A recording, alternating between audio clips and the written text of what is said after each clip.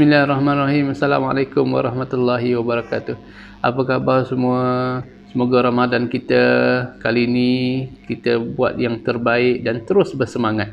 Bila sebut pasal semangat ni, kita nak cerita tentang tentera Talut dan juga Jalut. Dalam Al-Quran surah Al-Baqarah ayat 249, Allah Subhanahu wa taala berfirman, A'udzubillahi minasyaitonirrajim. Falamma fasala Talutu bil junud qala innallaha mubtaliikum binaharin faman syariba minhu falaysa minni wa man lam yat'amhu fa innahu minni illa man ightarafa ghurfatan biyadihi fasharibu minhu illa qalilan minhum falamma jawazahu huwa wallazina amanu ma'ahu qalu la taqata lana al-yawm bijaluta wa junudih qala allazina yazunnuna annahum mulaqullah kam min fi'atin qalilatin ghalabat fi'atan katsirah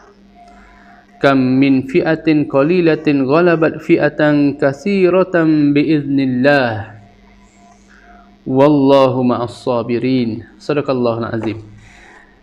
Ayat ini menceritakan kisah tentera Talut dan juga Jalut. Ya, maksudnya masa ketika Talut membawa bala tenteranya, dia berkata dan berpesan, Allah akan mengujimu dengan sebatang sungai. Allah akan mengujimu dengan sebatang sungai. Maka barang siapa yang minum airnya, maka dia bukan daripada pengikutku.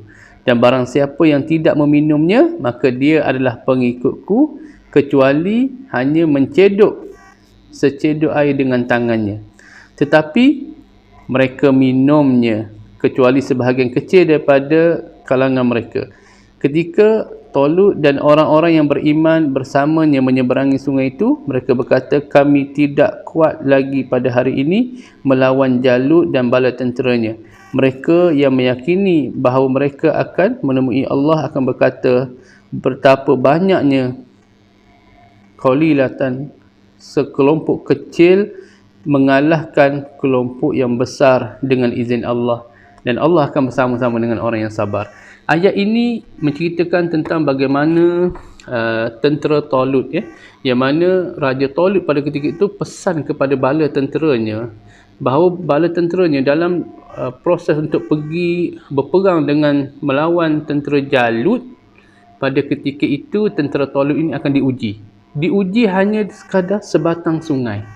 Dan Raja Talut dah pesan, kalau jumpa sungai jangan minum, melainkan kalau nak minum pun ambil sikit saja dengan cedok dengan tangan, itu sahaja. Tapi apa yang berlaku tuan-tuan sekalian, apabila tentera ni sampai, memang betul jumpa sungai, dan rupa-rupanya ramai yang minum dengan banyak, dan akhirnya hanya sedikit sahaja yang mendengar kata raja mereka minum sedikit.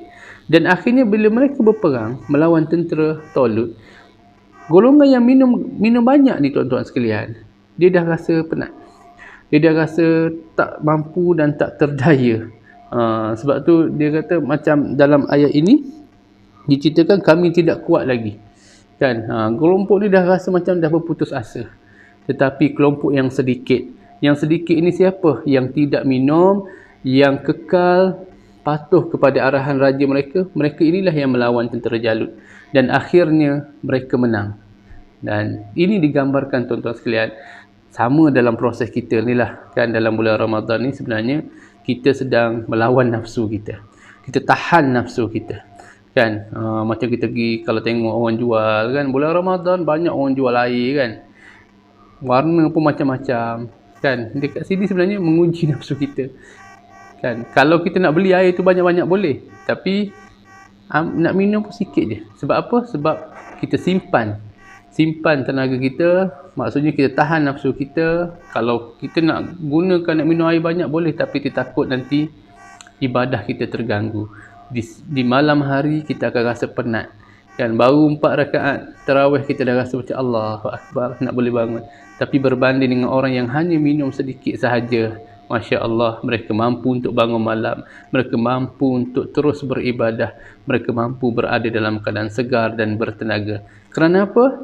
Innallaha ma'as sabirin. Allah ini bersama dengan orang yang sabar. InsyaAllah tuan-tuan sekalian, kita sabar di bulan Ramadan ini untuk mendidik nafsu kita. Semoga kita mencontohi kisah tentera Talut, iaitu golongan mereka yang sedikit. Wallahualam. Assalamualaikum warahmatullahi wabarakatuh.